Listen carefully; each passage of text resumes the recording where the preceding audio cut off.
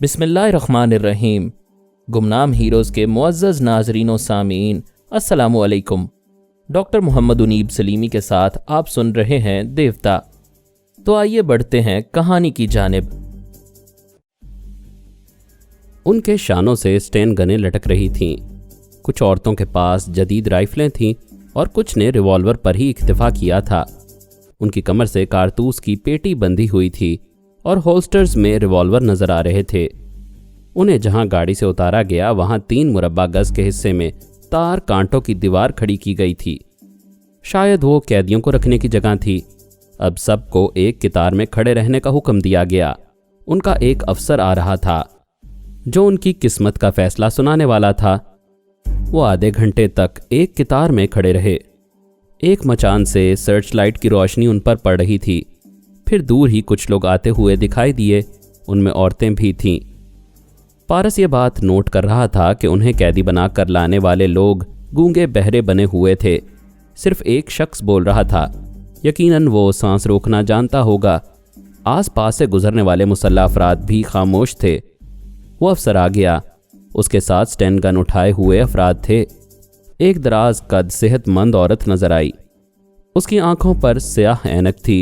उसके चलने और खड़े होने का अंदाज बता रहा था कि वो एक जबरदस्त फाइटर है और खतरनाक जिंदगी गुजारने की आदी है। उसके साथ एक 16 या 17 बरस की नौखेज लड़की भी थी। उसके चेहरे पर अगरचे मासूमियत थी, मगर अंदाज बता रहा था कि वो भी खतरनाक जिंदगी गुजारने की ट्रेनिंग हासिल कर रही है। वो पारस को तक रही थी। आने वाले तमाम अफराद ने पहले पारस ही को देखा था। फिर अफसर ने पूछा, तुम पारस अली तैमूर हो? हाँ, इत्तफाक से ये मेरा असल चेहरा है। मुझे मेकअप करने का मौका नहीं मिला। अफसर ने सख्त लहजे में कहा, जितना सवाल हो उतना ही जवाब दो। वो बोला, मैं कियाफा शनास हूँ। तुम्हारा पहला सवाल बता रहा था कि दूसरा सवाल मेरी सूरत ही के सिलसिले में होगा। अफसर ने गुस्से से पूछा, तुम में से कोयली ग्राहम कौन है? पारस ने कहा, मैं कसम खाकर कहता हूँ मैं नहीं हूँ। अफसर ने डांट कर कहा, यू शट अप। कोयली ने एक कदम आगे बढ़कर कहा, मैं हूं कोयली ग्राहम। पीछे खड़े हुए एक मुसल्ला शख्स ने उसके बालों को मुट्ठी में जकड़कर खींचते हुए कहा, कितार में रहकर बात करो। वो एक झटके से बालों को छुड़ाते हुए बोली, मुझसे नारवा सलूक रखने से पहले ये जान लो मैं सुपर मास्टर की खास मातहत हूँ। अगर तुम लोग चाहते हो कि यहाँ हवाई हमले ना हो, ये कैंप तबाह ना हो, तो मुझे VIP ट्रीटमेंट दो और मुझसे मजाकरात करो। ये अच्छी तरह समझ लो कि सुपर मास्टर मुझे और पारस को हासिल करने के लिए यहाँ कुछ भी कर सकता है। फिर तुम लोगों को पछताने की मोहलत भी नहीं मिलेगी। अफसर ने कहा, हमें ना समझाओ, हम नादान बच्चे नहीं हैं। हमने सुना था कि कोयली ग्राहम एक बेहद खतरनाक औरत है। वो अपने शैतानी हुस्न व शबाब से और अपनी तलिस्माती आंखों से तनवीमी अमल करती है। लेकिन तुम्हारा चेहरा तो जख्मों का मीना बाजार लग रहा है। चेहरे की सूजन में वो तलिस्माती आंखें बटन जैसी दिखाई दे रही हैं। एक ख्याल ख्वानी करने वाली हस्ती ने हमें बताया है, सिर्फ 2 हाथ खाने के बाद ही चेहरे का जुग्राफिया बदल गया है। वो गुस्से और नफरत से पारस को देखने लगी। अफसर ने हुक्म दिया, पारस और कोयली को छोड़कर बाकी तमाम कैदियों को खुद अपनी जिंदगी और मौत का फैसला करने दो। मुसल्ला अफराद ने पायलट, को पायलट, हॉस्टेस और दोनों गार्ड्स को पकड़ लिया। फिर उन्हें खींचते हुए तार कांटों की 4 दीवारी में पहुंचा दिया। अफसर ने 5 मुसल्ला औरतों को बुलाकर हुक्म दिया, हथियार यहां छोड़ दो। तुम 5 सिर्फ एक चाकू लेकर अंदर जा सकती हो। उन्होंने हुक्म की तामील की। अपनी अपनी स्टेन गन और रिवॉल्वर वगैरह दूसरे मुसल्ला अफराद को दे दिए। फिर एक खुला हुआ चाकू लेकर तार कांटों की 4 दीवारी में चली गईं। अफसर ने कैदियों से कहा, तुम 5 हो, ये औरतें भी 5 हैं। इनसे मुकाबला करो और इन्हें मार डालो, वरना ये तुम्हें मार डालेंगी। पायलट और को पायलट थूक निकलने लगे, क्योंकि वो माहिर हवाबाज थे, फाइटर नहीं थे। 2 गार्ड्स में से एक ने कहा, ये 5 की तादाद महज दिखावा है। जब हम इन औरतों को ख़त्म कर देंगे तो तुम दूसरों को मुकाबले पर भेजोगे। अफसर ने हाथ उठाकर कहा, जेंटलमैन, ये मेरा वादा है, इन 5 औरतों से जिंदा बचने वालों को इस कैंप में जिंदगी मिलेगी, फिर कोई मुकाबले पर नहीं आएगा। वो खुश हो गए। मुकाबले पर आने वालियों के पास चाकू थे तो क्या हुआ, आखिर वो औरतें थीं। बेहतरीन फाइटर होने के बावजूद मर्दों से बाजी नहीं ले जा सकती थीं। ये बात किसी हद तक दुरुस्त थी। जब मुकाबला शुरू हुआ तो उन औरतों के हमलों से बचने के दौरान अंदाज़ा हो गया कि वो जवान औरतें ताज़ा दम हैं, और ज़बरदस्त तरबियत याफ्ता हैं। पायलट और को पायलट जान बचाने के लिए भागते फिर रहे थे। तार कांटों की चारदीवारी से बाहर नहीं जा सकते थे। दो औरतों ने उन्हें आसानी से चाकुओं की नोक में पिरो लिया। वो मिट्टी में गिरकर तड़प तड़प कर ठंडे पड़ गए।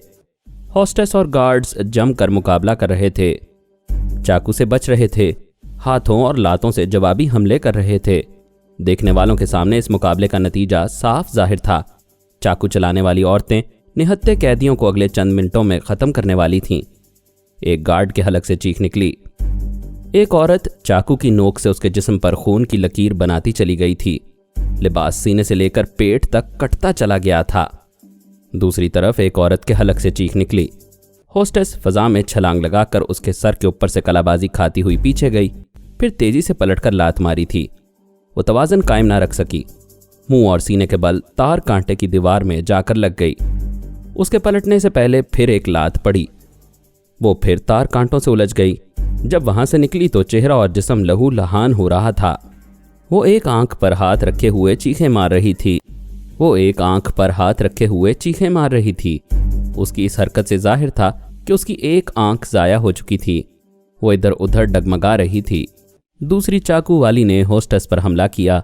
उसने जख्मी औरत को अपने आगे खींच लिया। उसके लिए आने वाला चाकू जख्मी औरत के सीने में उतर गया। हॉस्टेस उसका चाकू छीनकर एक नए सिरे से मुकाबले के लिए तन गई। अब वो चाकू वालियों के लिए खतरा बन गई थी।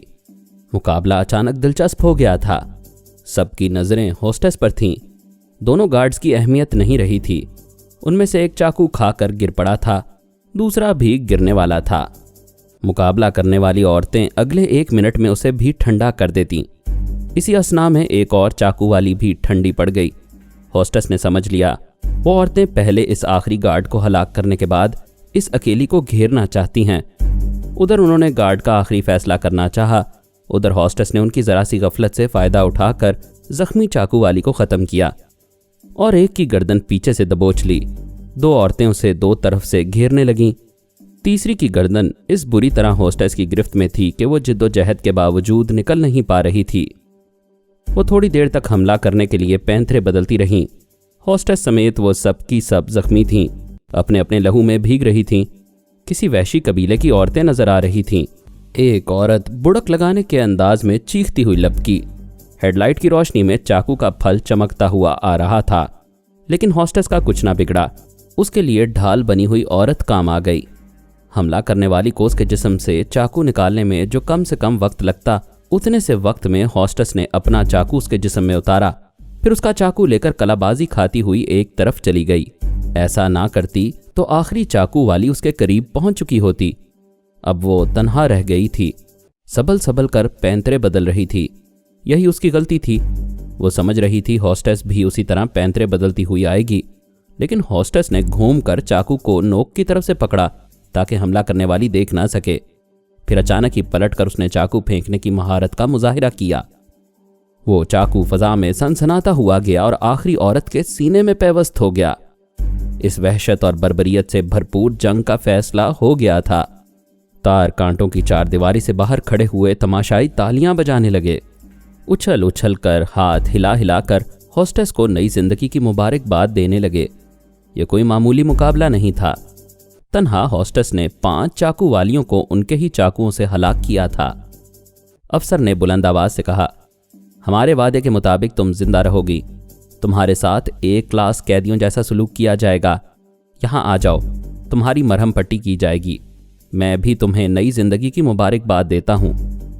कोयली ने पारस को हकारत से देखते हुए कहा, तैयारे में तुम्हारे नसीब अच्छे थे, इसे मौका नहीं मिला, वरना ये तुम्हें तोड़ फोड़ कर रख देती। पारस ने मुस्कुरा कर कहा, तुम अपनी टूट फूट को आईने में देखो और सोचो, जख्म भरने के बाद भी पहले जैसी खूबसूरती बहाल होगी या इसी तरह चुड़ैल नजर आती रहोगी। हॉस्टेस अभी तार कांटों की चारदीवारी में ही थी। उसने दोनों हाथ कमर पर रखते हुए बुलंद आवाज से कहा, मुझे खुशी है कि यहाँ वादा वफा किया जाता है। मैं इस जीत की खुशी में अपनी एक ख्वाहिश पूरी करना चाहती हूँ।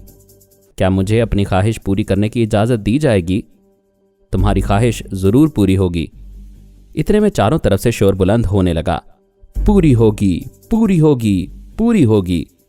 अफसर ने हाथ उठाकर कहा, पहले मैं जानना चाहूंगा कि इस खतरनाक औरत की ख्वाहिश क्या है। वो पारस की तरफ उंगली उठाकर बोली, मैं इसके हाथ पांव तोड़ना चाहती हूं। अफसर ने कहा, सॉरी, अभी हम इसे जिंदा रखना चाहते हैं। मैं तुम्हारे लिए इसे जिंदा रखूंगी, सिर्फ अपाहज बनाऊंगी, इसमें तुम्हारा ही फायदा है। यह टूटने फूटने के बाद यहां से फरार होने के काबिल नहीं रहेगा। तुम्हें इसके लिए पहरा लगाने और चौकन्ना रहने की जरूरत नहीं पड़ेगी। कोयली ने कहा, मैं अपनी इस बॉडीगार्ड की पुरजोर हिमायत करती हूं। तार कांटे की चार दीवारी के चारों तरफ खड़े हुए मुसल्ला अफराद हॉस्टेस की हिमायत में शोर मचाने लगे। मुकाबला होगा, मुकाबला होगा, मुकाबला होगा भाई होगा। वो नौखेज हसीना जो दराज कद औरत के बाजू से लगी पारस को देख रही थी, उसने एक छोटे से कागज पर कुछ लिखकर पारस की तरफ बढ़ाया। उसने कागज लेकर पढ़ा। उस पर लिखा था, मैंने तुम्हारी इतनी तारीफें सुनी हैं कि तुम्हें देखने के लिए मम्मी के साथ चली आई। ये लड़ने वाली मगरूर औरत तुम्हें चैलेंज कर रही है और मैं समझती हूं तुम्हारी इंसल्ट हो रही है। क्या तुम ऐसा नहीं समझ रहे हो? मैं चाहती हूं तुम इसका सर और इसका गुरूर तोड़ दो। क्या मेरी ख्वाहिश पूरी नहीं करोगे? स्याह चश्मा पहनने वाली औरत उस नौखेज हसीना की माँ थी। उस हसीना ने कागज पर अपना नाम यास्मीना लिखा था। पारस ने कहा, पता नहीं तुमने कहाँ से मेरी तारीफें सुन ली हैं। मैं अब इतना दलेर नहीं हूं कि खामखा मौत को दावत देने उस मैदान में चला जाऊं। उस तन्हा औरत ने 5 जबरदस्त चाकू वालियों को मौत के घाट उतारा है। प्लीज तुम मेरे लड़ने मरने की ख्वाहिश ना करो। यास्मीना ने पहले उसे बेयकीनी से देखा, फिर मायूस होकर अपनी माँ को सवालिया नजरों से देखने लगी। तमाम तमाशाई पारस की जानिब हाथ हिला हिलाकर शेम शेम कहने लगे। कोयली ने उसे तंजिया अंदाज में देखा, फिर हकारत से एक तरफ थूक दिया। यास्मीना का चेहरा गुस्से से सुर्ख हो रहा था। वो जैसे अपनी तौहीन महसूस कर रही थी।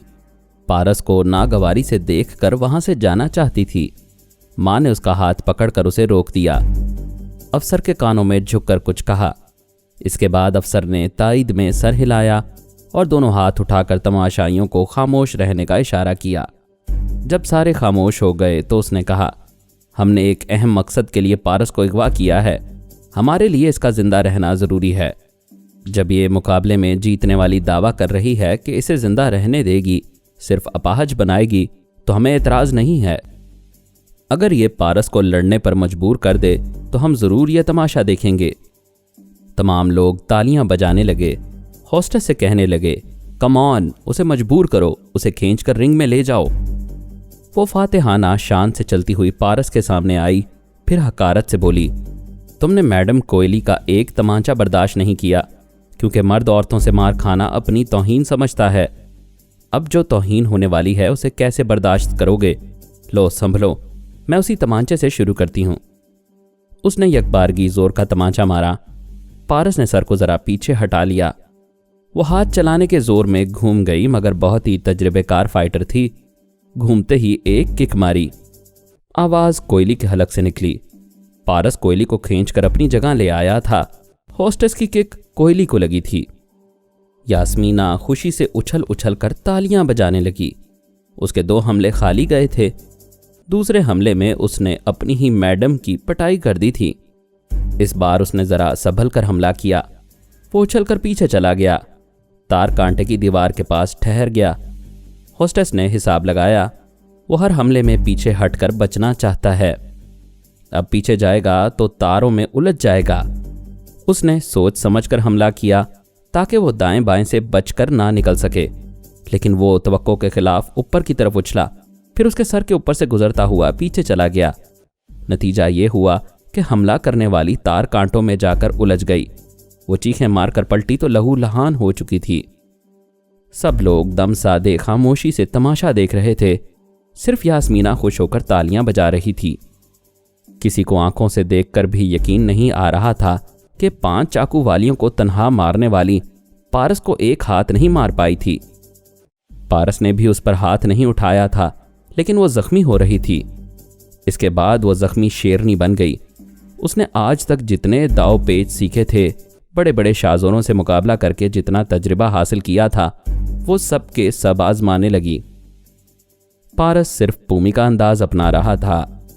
हा हिप हिप की आवाजें निकालता हुआ जिम्नास्टिक के करतब दिखा रहा था। हॉस्टेस के कराटे का अंदाज, फ्लाइंग किक्स और छलांगे लगाने की महारत काम नहीं आ रही थी। उसका हर हमला नाकाम हो रहा था। अब एक ही हसरत रह गई थी कि किसी तरह उसे एक हाथ मार दे। वो बुरी तरह हाँफने लगी। किसी वक्फे के बगैर आधे घंटे तक लड़ते रहना मामूली बात नहीं होती। वो पसीने पसीने हो रही थी। अब ठहर ठहर कर गहरी गहरी सांसें ले रही थी और सोच समझकर हमले कर रही थी। तमाशाई चिल्ला चिल्ला कर अब पारस की हिमायत में बोल रहे थे, इसे मारो, क्या एक औरत को एक हाथ भी नहीं मार सकते? इसे मारो, इसे मारो, मुकाबले को खत्म कर दो। अफसर ने करीब आकर कहा, पारस, हमारा वक्त जाया ना करो, इस पर हमला करो और किस्सा खत्म करो। पारस ने कहा, सॉरी मिस्टर, ना मैंने पहले लड़ने की ख्वाहिश की थी ना अब कर रहा हूं। मैंने बहुत मजबूर होकर कोयली पर हाथ उठाया था, वरना औरत पर हाथ उठाना या उसके मुकाबले पर आना मर्दानगी नहीं है। ये मुझे अपाहज बनाना चाहती थी। इससे कहो अपनी ख्वाहिश पूरी करे या मैदान छोड़ दे। अफसर ने पीछे हटकर होस्टेस से कहा, मैं तुम्हें 10 मिनट देता हूं। अगर तुमने इसे अपाहज ना बनाया तो ये मुकाबला खत्म करने के लिए मेरे आदमी तुम्हें गोली मार देंगे। होस्टेस ने परेशान होकर पारस को देखा। अभी अभी उसने 5 औरतों को कत्ल करके नई जिंदगी हासिल की थी। अब अपनी नादानी से फिर मौत के मुंह में जाने वाली थी। वो फिर पैंतरे बदल बदल कर हमले करने लगी। मायूसी और मौत उसका मुकद्दर बन चुकी थी। वो किसी तरह हाथ में नहीं आ रहा था। बिजली की तरह इधर से उधर लपकता था। नजरें उस पर ठहरने नहीं पाती थीं। पलक झपकते ही वो दाएं से बाएं और आगे से पीछे पहुंच जाता था। अफसर बुलंद आवाज से कह रहा था, 5 मिनट गुजर चुके हैं, 6 मिनट, 7 मिनट, 8 मिनट। मैदान हारने वाली को गोली मारने के लिए तैयार हो जाओ। एक मुसल्ला मातहत रिवॉल्वर निकालकर तैयार हो गया। उधर हॉस्टेस ने लाशों के पास पड़े हुए चाकू उठा लिए। मैदान मारने के लिए अब यही एक रास्ता रह गया था। उसने नोक की तरफ से चाकू के फल को पकड़कर एक बार फिर अपनी महारत का मुजाहिरा किया। यके बाद दीगरे दोनों चाकू फेंके। उसका निशाना दुरुस्त था, लेकिन टारगेट अपनी जगह पर नहीं रहता था। ऐसा मालूम होता था वो कोई आदमी नहीं, जिन है। एक तरफ गायब होता है, दूसरी तरफ नमूदार होता है। अफसर ने बुलंद आवाज से कहा, 10 मिनट पूरे हो गए हैं, फायर। ठाएं की आवाज उभरी। रिवॉल्वर से गोली चली। उससे पहले ही पारस ने हॉस्टेस पर छलांग लगाई और उसे लिए हुए जमीन पर गिरा। वहां से लुढ़कता हुआ उससे अलग होकर लेटे ही लेटे उल्टी कलाबाजी खाई। सब ये तमाशा देखने में लगे हुए थे। उसने रिवॉल्वर वाले के हाथ पर ठोकर मारी। रिवॉल्वर हाथ से निकलकर फजा में उछला। फिर नीचे आने से पहले ही उसने उसे उछलकर कैच कर लिया। हॉस्टेस के सामने ढाल बनकर बोला, तुम्हें वादे से फिरना नहीं चाहिए। तुमने इस औरत को नई जिंदगी की मुबारकबाद दी थी, अब मौत नहीं दे सकते। अफसर बोला, यहां हमारी हुकूमत है, हम फैसला करके बदल सकते हैं। तुम एक कैदी हो और अपनी बात नहीं मनवा सकते। पारस ने जवाब दिया, मुझे मनवाने के तरीके आते हैं, मैं इस हॉस्टेस को मरने नहीं दूंगा। अफसर ने तंजिया अंदाज में पूछा, क्या एक रिवॉल्वर से हमारी पूरी फौज का मुकाबला कर लोगे? मुझे तुमसे इस नादानी की तवक्को नहीं है। मैं एक बात जानता हूं, यह जिंदा रहेगी। तुम सजाए मौत का हुक्म बदल दोगे। मैं देखना चाहता हूं तुम मुझे हुक्म बदलने पर कैसे मजबूर करोगे। ये कहते ही उसने चारों तरफ घूमकर अफसराना अंदाज में हुक्म दिया, अपने अपने हथियार संभाल लो और इसकी दोनों टांगों को निशाने पर रखो। इसे जिंदा रखना जरूरी है, लेकिन तुम इसे अपाहज बना सकते हो। उसकी बात खत्म होते ही पारस ने वो किया जिसकी वो तवक्को नहीं कर सकते थे। उसने पलटकर हॉस्टेस को निशाने पर रखा। सब लोग हैरानी से देखने लगे। वो मुस्कुराते हुए बोली, सच पूछो तो मेरी यही तमन्ना है। मैं तुम्हारे हाथों से मरना चाहती हूं। तुमने सही मानों में खुद को मर्द साबित किया है। मैं बहुत शर्मिंदा हूं। वो आहिस्तगी से बोला, फजूल बातों में वक्त जाया ना करो। जैसे ही अंधेरा हो तुम पोजीशन बदलकर अफसर की तरफ चली जाना। क्या तुम मुझ जैसी दुश्मन के लिए इतनी बड़ी फौज से टकराने की हमाकत करोगे? उसने जवाब नहीं दिया। तेजी से घूमकर मचान की बुलंदी पर रखी हुई सर्च लाइट पर गोली चला दी। ठाएं की आवाज के साथ ही तारीकी छा गई। दूसरी मचानों की लाइट सर्च लाइटों की तरह एक तरफ से दूसरी तरफ रोशनी फेंकती जा रही थीं। जब तक वो रोशनियां तार कांटों की चारदीवारी की तरफ आती, तब तक पारस भी अपनी पोजीशन बदल चुका था। मुसल्ला मातहत अपने अफसर के हुक्म के मुताबिक फायरिंग ना कर सके क्योंकि अंधेरे में पारस की जान जा सकती थी। उन्होंने उसकी सिर्फ टांगों को जख्मी करना था। जब रोशनी हुई तो पारस की आवाज सुनाई दी, मैं यहां हूं। सबने आवाज की समत देखा। पारस ने एक बाजू में यास्मीना को जकड़ रखा था। रिवॉल्वर की नाल उसकी कनपट्टी से लगाकर कह रहा था, ऑफिसर, तुम देखना चाहते थे मैं तुम्हारा फैसला किस तरह बदल सकता हूं। लो देख लो। अफसर ने बेबसी से यास्मीना की मां को देखा। मां के चेहरे पर कोई परेशानी नहीं थी। वो खामोशी से पारस को देख रही थी। अफसर ने कहा, तुम गलती कर रहे हो। हमारी एक बच्ची को ढाल बनाकर पूरी फौज का मुकाबला नहीं कर सकोगे। वो मुस्कुराकर बोला, मुझे तुम्हारी फौज से मुकाबला करने का शौक नहीं है। मैं 2 बातें जानता हूं। एक तो यह कि हॉस्टेस जिंदा रहेगी, दूसरा यह कि तुम्हारे आदमी मुझे अपाहज नहीं बना सकेंगे। अफसर ने कहा, यास्मीना, इसे समझाओ। तुम हमें बेहद अजीज हो, लेकिन फरहाद के बेटे को काबू में रखने के लिए हम तुम्हारी कुर्बानी दे सकते हैं। पारस ने झुककर यास्मीना के कान में कहा, तुम मेरे ख्यालों और ख्वाबों से ज्यादा हसीन हो। तुम्हें एक बार देखने के बाद बार बार देखने को जी चाहता है। मैंने सिर्फ धमकी देने के लिए ये रिवॉल्वर तुम्हारी कनपट्टी से लगाया है। तुम नाराज तो नहीं हो? वो अपनी तारीफें सुनकर खुशी से खिल रही थी, फिर ये तस्लीम कर रही थी कि पारस अपने बचाव के लिए ऐसा कर रहा है। वो अपनी माँ और अफसर की तरफ से मुंह घुमाकर सरगोशी में बोली, मम्मी ने मुझे बातें करने या अपनी आवाज़ सुनाने से मना किया है। मैं तुमसे तन्हाई में कुछ बातें करना चाहता हूँ। मेरे साथ चलोगी? जहां कहोगे चलूंगी। उसकी मां करीब आना चाहती थी। पारस की धमकी सुनकर रुक गई। वो बोला, हमारे करीब कोई ना आए। मैं यास्मीना के साथ चहलकदमी के लिए उधर जा रहा हूं। तुम लोग दूर ही दूर से मुझे निशाने पर रख सकते हो, लेकिन गोली चलाने या करीब आने की हमाकत ना करना। उसने यास्मीना की कमर के गिर्द हाथ डाला, फिर उसके साथ एक तरफ जाने लगा।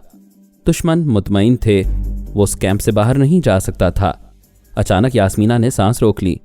पारस ने पूछा, क्या हुआ? वो बोली, कोई मेरे दिमाग में आना चाहता है। मैं 3 मिनट तक सांस रोक सकती हूँ। इसके बावजूद मम्मी कहती हैं आज जो कैदी लाए गए हैं उनके सामने मुझे बोलना नहीं चाहिए, क्योंकि फरहाद या सुपर मास्टर मेरे दिमाग में आ जाएगा। अभी जो तुम्हारे दिमाग में आना चाहता है वो कौन है? मैं उसे नहीं जानती। वो मेरे पास आकर इम्तिहान लेता है कि मैं कितनी देर तक सांस रोक सकती हूँ। तुम लोग कौन हो और ये कैंप यहाँ क्यों बनाया गया है? वो चलते चलते रुक गई। पारस ने पूछा, क्या फिर तुमने सांस रोकी है? वो हाँ के अंदाज में सर हिलाने लगी। वो बोला, शाबाश, उसे अभी दिमाग से बाहर रखो। मुझे इस कैंप के बारे में बताओ। इस कैंप में दहशतगर्दी की तरबियत दी जाती है। यह कैंप किसने कायम किया है? मेरे पापा ने। ओह यास्मीना, तुम बहुत भोली हो। इतने बड़े टेरर ट्रेनिंग सेंटर का क़याम किसी एक शख्स के बस की बात नहीं है। ऐसे सेंटर को तो कोई बहुत बड़ी हुकूमत ही कायम करती है, लेकिन इस सिलसिले में अपना नाम नहीं आने देती। तुम्हारे पापा अक्सर उस हुकूमत की मेहरबानियों का जिक्र करते होंगे। वो मेरे और जरीना के सामने इस कैंप की बातें नहीं करते और ना ही हमें यहाँ किसी से घुलने मिलने देते हैं। ये जरीना कौन है? मेरी बहन है, मुझसे 10 मिनट बड़ी है। हम एक ही दिन पैदा हुए थे। तुम्हारे पापा का नाम क्या है? वो कहाँ हैं? उनका नाम सलमान राजी है। वो अली तैमूर को अगवा करने गए हैं। पारस ने चौंक कर पूछा, कौन अली तैमूर? तुम्हारा दूसरा भाई। दरअसल तुम दोनों भाइयों का नाम हमें उलझा देता है। पारस अव्वल और दोम का नाम याद नहीं रहता कि कौन अव्वल है और कौन दोम, इसलिए मम्मी और पापा तुम्हें पारस और तुम्हारे भाई को अली तैमूर कहते हैं। तुम्हारे पापा अली तैमूर को अगवा करने कहाँ गए हैं? मैंने मम्मी से पूछा था। उन्होंने कहा ऐसी बातें बच्चों को नहीं बताई जाती। मेरी मम्मी और पापा बेडरूम में हमसे छुपकर बातें करते हैं। तुम कहती हो तुम्हें इस कैंप में आने और यहाँ किसी से बातें करने की इजाज़त नहीं दी जाती, फिर आज कैसे आई हो? वो सर झुकाकर शर्माने और मुस्कुराने लगी। पारस ने पूछा, इसमें शर्माने की क्या बात है? वो खुशी से लरसती हुई आवाज़ में बोली, जरीना की शादी अली तैमूर से और मेरी शादी तुमसे होने वाली है। वो हंसते हुए बोला, अच्छा तो आज तुम मुझे देखने यहाँ आई हो। क्या मैं पसंद आया? वो उसके बाजू को दोनों हाथों से थाम कर मुसरतों में डूब कर बोली, ओह पारस, मैं बयान नहीं कर सकती कि तुम्हें देखते ही मेरा दिल कितनी जोर जोर से धड़कने लगा था। तुम्हारी मम्मी ने तुम्हें बहुत समझदार बना दिया है। उन्होंने और पापा ने हम दोनों बहनों को और बहुत कुछ बताया है। हम दोनों पिछले 1 बरस से योगा की मशकें करते रहे हैं और तुम भाइयों की तरह हाजिर दिमाग रहने और पूरी जहानत से बरवक्त सही फैसला करने की ट्रेनिंग हासिल कर रहे हैं। किसी को भी दुनिया जहां की ट्रेनिंग दी जा सकती है, लेकिन अकल नहीं दी जा सकती। ये खुदा दाद होती है। क्या तुम ये कहना चाहते हो कि मुझ में अकल नहीं है?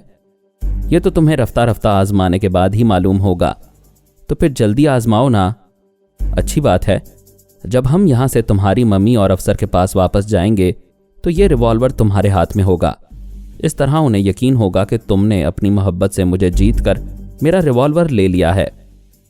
वो पारस के बाजू से चिपक कर बोली, ओह मम्मी बहुत खुश होंगी। वो मान जाएंगी कि उनकी ट्रेनिंग के मुताबिक मैंने तुम्हें जीत लिया है। क्या तुम अपनी कोई बात मनवा सकती हो? ज़रूर मनवा सकती हूँ। तो ये बात ज़रूर मनवाना कि वो उस दलेर औरत को जिंदा रखें और अपने वादे के मुताबिक उससे 1 क्लास कैदी जैसा सुलूक करें। ये कौन सी बड़ी बात है? शाबाश। ये कौन सा मुल्क है? ये कोई मुल्क नहीं है। लिबिया और माल्टा के दरमियानी समंदर में एक जजीरा है। तुम कब से इस जजीरे में हो? तकरीबन 10 बरस से। मम्मी कहती हैं पहले हम लिबिया में थे। मेरे पापा फौज में मेजर थे। उन्होंने हुकूमत का तख्ता उलटने की कोशिश की। कर्नल कज़ाफी ने उन्हें गिरफ्तार करके गोली मारने का हुक्म दिया। पापा रातों रात हमें वहां से एक कश्ती में लेकर इस जजीरे में आ गए। तुम ठीक कहते हो। पापा इतना बड़ा दहशतगर्दों का कैंप तन्हा कायम नहीं कर सकते थे। किसी हुकूमत से उनका गहरा राबता है। मम्मी ने एक बार कहा था किसी हुकूमत ने पापा को यह जजीरा उनकी खिदमात के सिले में दिया है। तुम्हारे साथ बातें करके बहुत सी बातें मेरी समझ में आ रही हैं। फिर तो वाकई तुम अक्लमंद हो। तुमने चंद मिनटों में अपनी अक्ल से कितनी दूर तक सोच लिया। एक और अकल की बात समझाता हूं। तुम मम्मी और पापा के सामने ये सियासी बातें ना करना। खुद को इस सिलसिले में नादान जाहिर करती रहना। तुम जो कहोगे मैं वही करूंगी। तुम इसी तरह जहानत का सबूत दोगी तो मैं सारी जिंदगी तुम्हारा साथ नहीं छोड़ूंगा। वो चलते चलते रुक गई। फिर एक जज्ब के आलम में बोली, तुम किसी भी लम्हे आजमा लो, मैं तुम्हारे साथ रहने के लिए सारी दुनिया को छोड़ सकती हूँ। मैंने बड़ी मेहनत और दुआओं के बाद तुम्हें आज पाया है और आज के बाद मरते दम तक खोना नहीं चाहती। अचानक सर्च लाइट उन पर आकर रुक गई। कितने ही मुसल्ला अफराद राइफलें और स्टैन गनें थामे दूर ही दूर से उनका मुहासरा किए हुए थे। यास्मीना की मम्मी उस अफसर के साथ वहां आ गई। अफसर ने पारस से पूछा, तुम बेबी यास्मीना को और कितनी देर अपने कब्जे में रखोगे? वो यास्मीना को रिवॉल्वर देते हुए बोला, अगर इसकी मम्मी को एतराज ना हो तो मैं सारी जिंदगी इसे अपने कब्जे में रखना चाहता हूं। उसकी मां चेहरे ही से सख्त मिजाज रखने वाली फाइटर दिखाई देती थी। पारस ने पहली बार उसके चेहरे पर मुस्कुराहट देखी। यास्मीना ने कहा, पारस ने इन चंद मिनटों में मुझे इतनी मोहब्बत दी है जिसका मैं इजहार नहीं कर सकती। मेरे पास अल्फाज नहीं है। मुझे आज जैसी मुसरतें पहले कभी नहीं मिली। फिर वो रिवॉल्वर को मां के कदमों के पास फेंक कर बोली, मैं इल्तिजा करती हूं कि पारस ने जिस औरत को रिवॉल्वर की गोली से बचाया है उसे जिंदा रखा जाए और उसे 1 क्लास ट्रीटमेंट दिया जाए। पहली बार उसकी मां ने जुबान खोली और कहा, वो जिंदा रहेगी और उसे 1 क्लास ट्रीटमेंट मिलेगी। वो आहिस्ता आहिस्ता चलती हुई करीब आई। दोनों बाहें बेटी के लिए फैला दी। यास्मीना उन बाहों में जाकर समा गई। उसका अंदाज बता रहा था कि वो संगदिल मां अपनी औलाद से बहुत प्यार करती है। वो बेटी की पेशानी को चूम कर आहिस्तगी से बोली, पारस, बहुत जल्द मैं तुम्हें भी प्यार करूंगी। अभी मजबूरी है। बहुत से मामलात में तुम्हारे वालिदैन हमसे इख्तलाफ करेंगे। कोई तस्फिया होने तक तुम्हें कैदी बनाकर रखा जाएगा। यास्मीना ने कहा, ओह नो मम्मी, आप ये क्या कह रही हैं? बेटे, तुम बहुत से मामलात को नहीं समझती हो। तुम जानती हो तुम्हारे पापा कैसे बेरहम कसाई हैं। कोई समझौता होने से पहले मैं पारस को अपने यहाँ मेहमान बनाकर रखूंगी तो वो मेरी खाल खींच लेंगे। जरा सब्र करो, जल्द ही कोई दोस्ताना समझौता हो जाएगा। पारस ने कहा, यास्मीना, अपनी मम्मी की बात मान लो। तुमने वादा किया था, जो मैं कहूँगा वही करोगी। उसकी आंखों में आंसू आ गए। वो बोली, मैं मम्मी की बात मान रही हूँ। पारस ने कहा, मिसेस सलमान राजी, मेरी ख्वाहिश है जब तक यास्मीना के पापा ना आए आप मुझे यास्मीना से मिलने की इजाज़त देती रहें। मैं यास्मीना को अपने साथ लाऊंगी। रात के 2 बज रहे हैं, अब जाकर आराम से सो जाओ। माँ जाना चाहती थी। बेटी पलटकर पारस के गले लग गई। वो जिस जजीरे में थे उसके शुमाल में यूरोप और जुनूब में अफ्रीका था। सलमान राजी की फैमिली मगरबी तहजीब की हामिल थी, इसलिए यास्मीना ने सरेआम बेबाकी का मुजाहरा किया। पारस ने मोहब्बत का जवाब मोहब्बत से दिया।